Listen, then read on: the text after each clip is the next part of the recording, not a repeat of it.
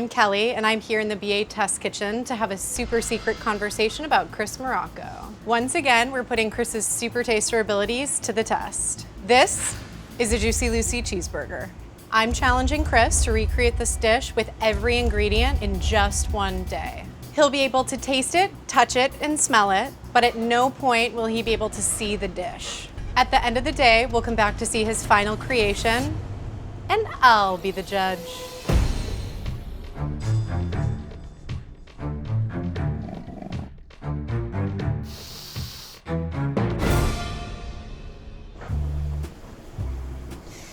Something like real fleeting and faint. Sort of like a roasted potato smell. Okay, it's a smaller plate.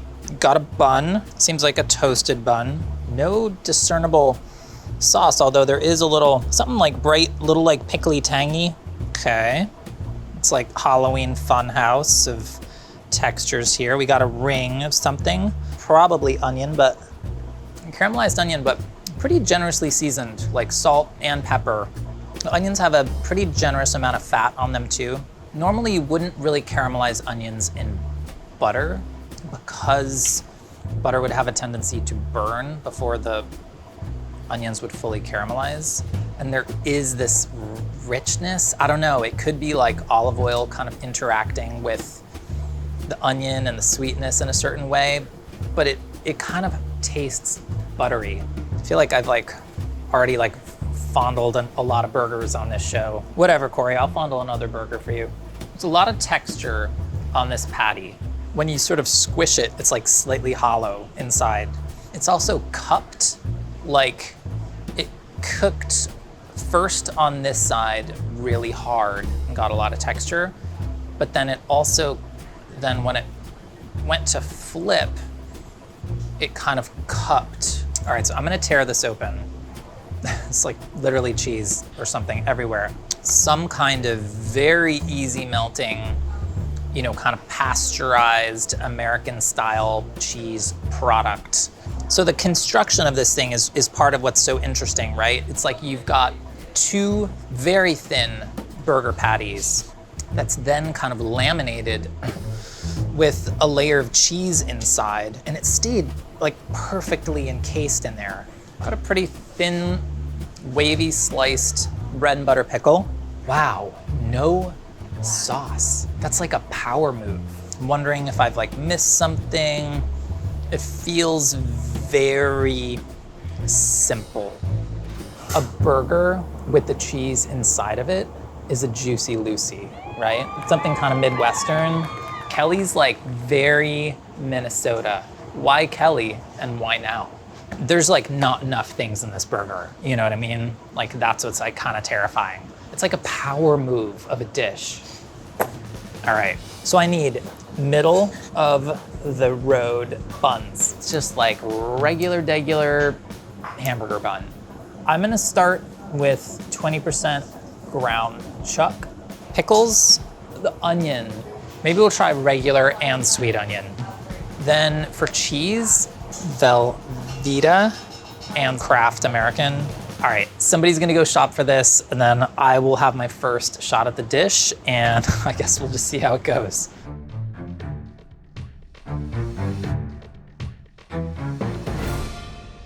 I've got 3 bun options. I feel like a King's Hawaiian roll is gonna be too sweet. This is very much a potato bun.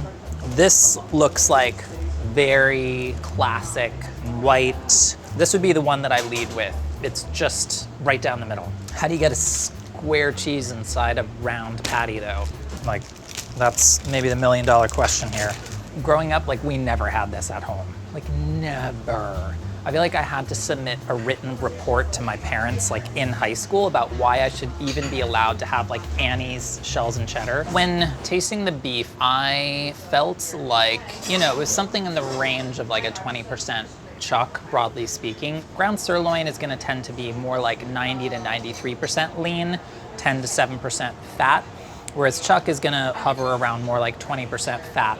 I wanna keep track of what I'm doing in terms of really specific weights of each layer of meat, so we can kind of reverse engineer it, if you will, to see what the optimal kind of weight of each side of the patty is gonna be. The total weight of the meat is gonna be 6 ounces, 3 ounces per side. I do want it to start out as a fairly regular ball so that when we press it, it kind of sort of squishes out to a pretty even circle. How big do we think we need to go? Maybe a bit bigger than that, right? All right, so that's a generous 5 inches. Do we think it's a problem that it's going in as a square? Should I tuck in the corners? Do you trim it?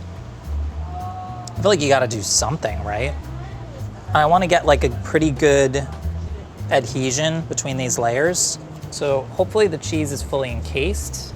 Maybe we'll go 5 ounces total for the next one. Although we do need to kind of do a little bit more shaping.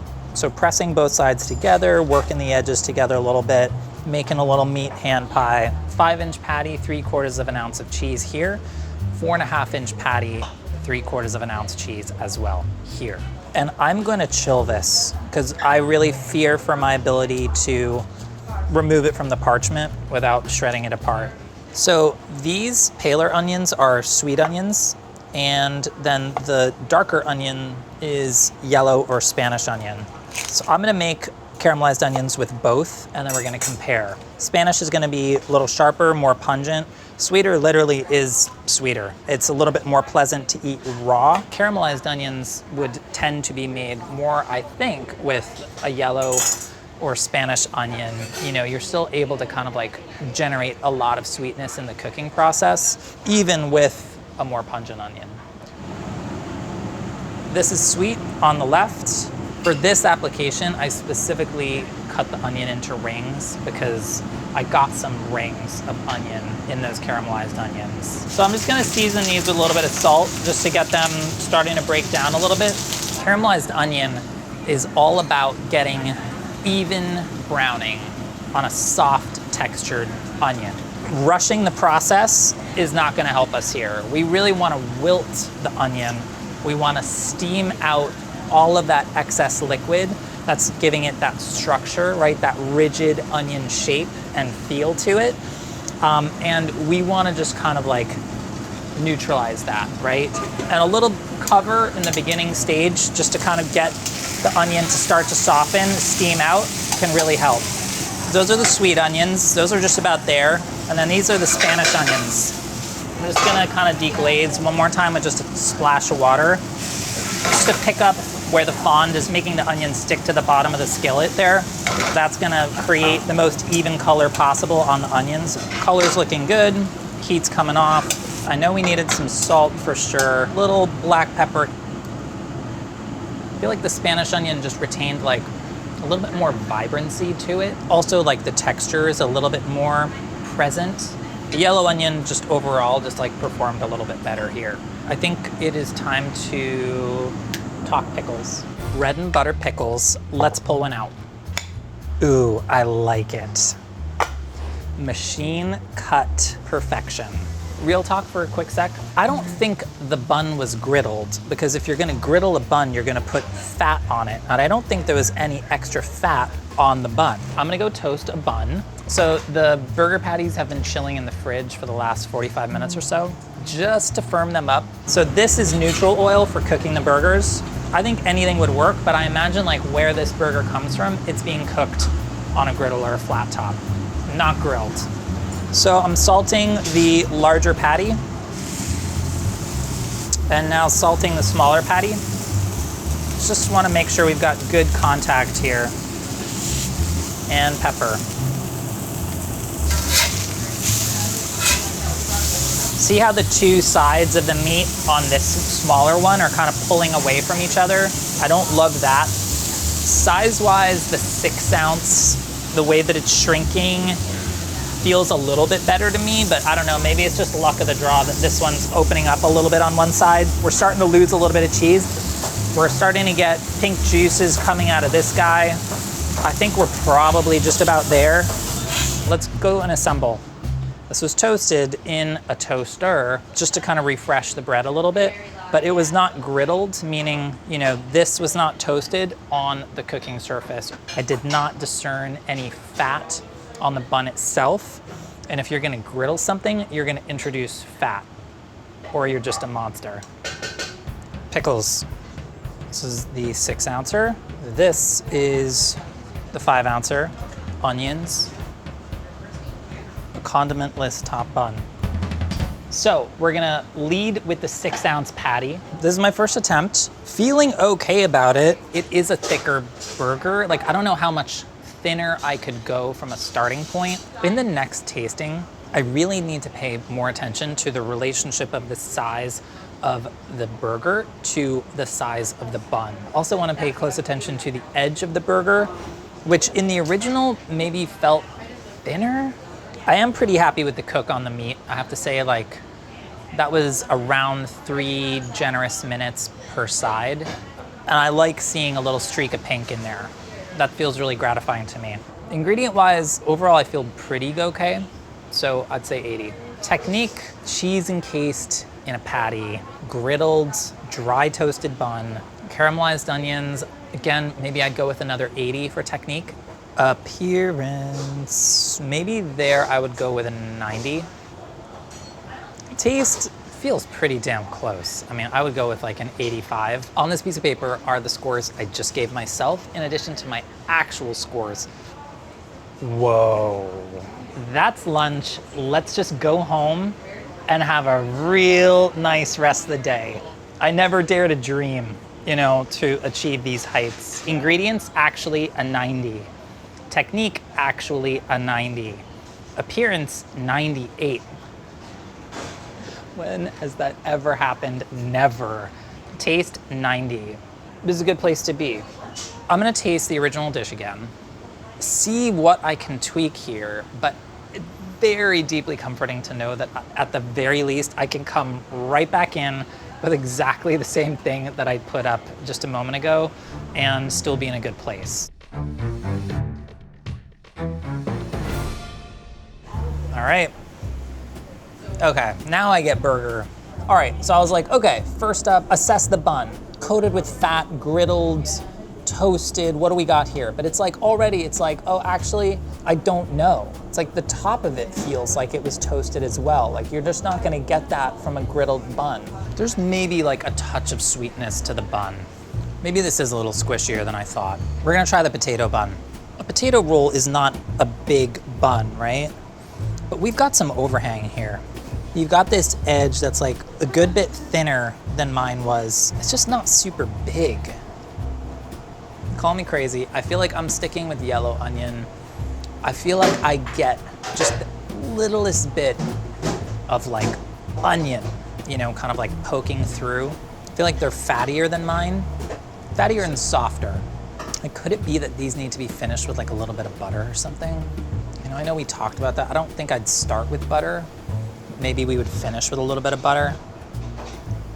Maybe I feel good with my American. I want to change up the bun. I need to take the caramelized onions a little bit farther. Maybe finish with like a touch of butter. All right, I think we can wrap this up. Let's taste some buns. King's Hawaiian. Hawaiian bun is like the texture of a potato bun, but without the potato, and it's sweeter. I don't think this is right. Also, the size feels wrong to me. This is a potato bun, classic. A slight bit more like richness of flavor, you know, where it's not like it's brioche, but it's not just like straight up white bread either. And then you have just like the straight ahead, right down the middle white bread. I'm gonna go ahead and choose the potato bun for round 2. It feels right to me. It's got a little bit of flavor going on. It's a nice size. Why don't we assemble our burger patties, making some meat patties. We're going with 5 ounces of meat. I did 6 ounces and 5 ounces last time, so we're going with the slightly smaller one. How do you think they fold the cheese in Minneapolis or whatever? One for Kelly, one for me, one for Mike. What's funny about tasting the original burger and feeling a little bit more of like an organic shape to it is that I don't know how to do this without being like kind of precise about it, right? To like put the two halves together in a way that makes it feel like they're actually gonna stay closed during the cooking process. I don't wanna just treat it too casually and then just have it like open up or just kind of squish out in some way. So I'm just sort of like struggling with just like how to care less, I guess, you know? And then we're gonna do more onions. So we're sticking with the yellow onion. Same basic technique as before, but questioning whether we should be finishing with like a little bit of butter or something, just a little extra richness. I don't know. I can't decide if that's the right move or not. The beginning of the process is gonna be much like we did the first time around. Just like initial kind of cover, let them start to brown, sweat down, lose their rigidity, and then just deglaze as necessary with a little bit of water. We're gonna finish with a little butter, because why the hell not? If you're gonna be wrong in a delicious way, you know? In the original dish, I just got this like real sensation of slipperiness, of fattiness, just like this mouth-filling complexity. Say it with butter, you know? I don't know that I feel great about adding the butter, let me be clear. But I'm looking to add some fat. The end of the cooking process would be the time to add butter. I'm okay with being a little bit wrong. It's just something about like the flavor, I don't know. I think I might just be overthinking it. I have a tendency to overthink, for sure. We're gonna go onto the griddle, and we're gonna make it happen. Final push. So I got a little bit of pepper, and I'm gonna do salt, neutral oil, and we're really gonna flatten this. The burger I tasted in the original dish was slightly irregular, and I'm just trying to account for how you sort of form the patty in a little bit more organic way, or manipulate it on the cooking surface so that it just like has a little bit less of a regular shape, if that makes sense. Flame broiled. Okay. Dry toasted the buns, not griddled, no introduction of fat. Griddling does not feel right here to me. I made one for me, one for Kelly, the judge, and one for Mike. All right, yeah, we're here. This is my second shot at the dish, and I feel good about it. I wanna hope that I got the bun right. That would be a small victory. The butter, I don't know. It just felt right at the time. It's feeling like less right as time goes on, but that's okay. So ingredients, if my actual was a 90 before, maybe I'll stay at a 90, just allowing for the fact that hopefully the bun was right, even if the butter's wrong. Technique, so nothing really substantively changed, but maybe I'm gonna stay at 90. Appearance, hopefully didn't get worse. Maybe I'll just go with a 95. I'll stay with a 90 for taste. Right or wrong, I think it's time to bring in Kelly and find out how I actually did. Hi. Kelly. How's it going? Good. What do you think's under here? I think this is a Juicy Lucy, Okay. AKA a cheese-filled burger. Yeah. And I feel like a Juicy Lucy comes from a specific place. Where? I was gonna guess Minnesota Uh-huh. because of your presence here. I figured they brought in like a specialist, It's but a valid guess. I don't know. Okay, Chris, may I present to you the Juicy Lucy cheeseburger? Voila. So it's not the potato bun, huh? No, it's not. I cringed a little bit when I noticed that you ended up I switching walked it back. There's so many different places that make a very famous Uh-huh. Juicy Lucy. They have a version. Exactly. So Yeah. this is probably the most similar to Matt's Bar. They claim to have created the first Where Juicy Lucy. is Matt and his bar? So Matt's Bar is located in downtown Minneapolis. I knew it. Yeah. I knew it. Hence why I'm here. Yeah. There was an ingredient that you missed. Yeah. In the onion. A little bit of sugar. Hey, it's an ingredient that you missed. You know, I didn't write the recipe. But, I mean, that is like a common component in caramelized onions to bring out the sweetness in the onion. Jacques Pepin begs to disagree. Well, perhaps, but this is Minnesota bar food, you know? The onion mixture starts off being cooked in butter, salt, pepper, and then the sugar, no olive oil, which Okay. I know you did use a little bit of Yep. olive oil. If I can just like manhandle this. I didn't get, like, okay, is that like toasted on the griddle? So it's just toasted on the griddle after everything else is done. Your burger's been removed. It's But it resting for a hasn't second. it hasn't really picked up any fat or anything. Well, Like, slightly. It's expected that there's a little bit of residual oil left over, but the recipe does not have you add any more like oil and fat. So that's probably the idea. Honestly, when I saw that you put it in the toaster, I was like, well, that's what I was. I mean, I said strange. no. I said it was like I don't know what kind of workflow this is. Okay. It feels like you would toast it on the griddle. Okay. So let's really like look at the difference between the two. They look very similar. Should we taste original first? Sure. Cheers. Cheers. Here's mine. Man, that potato bun is just really screaming potato bun to me. The first thing that I notice is the bun.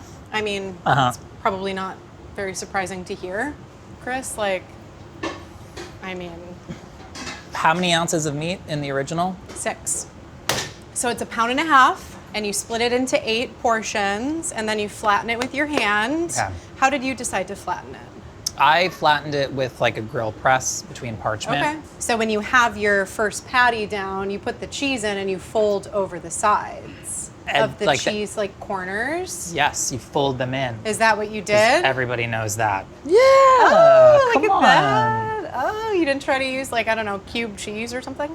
I thought about it, but it just felt like you needed something that was like flat and that left you a nude border for Okay. great adhesion. So for ingredients, you gave yourself a 90. Yeah. And I'm going to agree with that. I think that you deserve a 90. Okay, so for technique, you gave yourself a 90. I decided to bring you up just a little bit to 92. Okay. I think that your technique, you know, across the board was nearly on The toaster. point. The toaster really threw me The off. toaster is like yes. really gotten under your skin. Yeah. So for appearance, you gave yourself 95, and I agreed with you. I think that it was nearly perfect. The bun. And then taste. You gave yourself a 90, and I'm gonna give you a 95. And that would bring your total to 93. Almost broke into Oh my God. A territory. A minus. Wait, Oh my that's gosh. an A minus. That's so great. Oh my gosh. Woo! You did it. That's this is so exciting. Yay! Congratulations. Honestly, you represented Minnesota well. Oh, well, thank you. Well, I hope that one day you'll go to Minneapolis and you'll sit at the bar at Matt's and you'll have a Juicy Lucy and you'll Yep. think about this show This moment. and this moment. Yeah, it took me a while to get to this point. I'm certainly not gonna get overconfident about it. I'd like to think I'm getting better, but I don't know. We'll see. We'll see. There's always the next one. Take the A.